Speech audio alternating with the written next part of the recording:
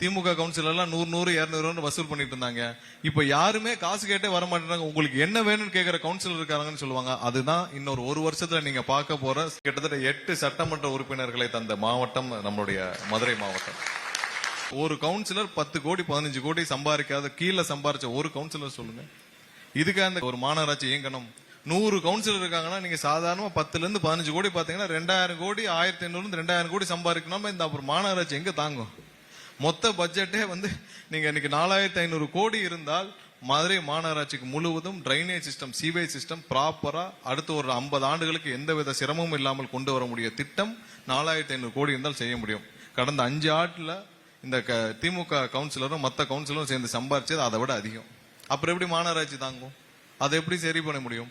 இது எல்லாம் மாற வேண்டும். நாளைக்கு கவுன்சிலர் எலெக்ஷன் வரும். 100% சொல்றேன், எங்களுடைய கவுன்சிலர் மதுரை முழுவதும் வெற்றி பெறுவார்கள். மதுரை மேயர் தமிழக வெற்றி கழகத்தின் மேயரா தான் இருப்பார். இதேதான் தமிழகம் முழுவதும்.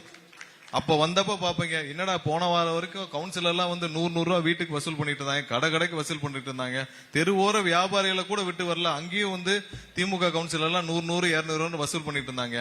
இப்ப யாருமே காசு கேட்டே வர மாட்டேங்கிறாங்க. உங்களுக்கு என்ன வேணும்னு கேட்கிற கவுன்சிலர் இருக்காங்கன்னு சொல்லுவாங்க. அதுதான் இன்னொரு ஒரு வருஷத்துல நீங்க பார்க்க போற உள்ளாட்சி தேர்தலுக்கு வரப்போற ரியாக்ஷன். மதுரை மக்களுக்கு கண்டிப்பாக அவர்கள் என்ன நினைத்து வாக்களித்தார்களோ அதை 100% நாங்கள் நிறைவேற்றி கொடுப்போம். அதுல எந்த மாற்று கருத்தும் கிடையாது.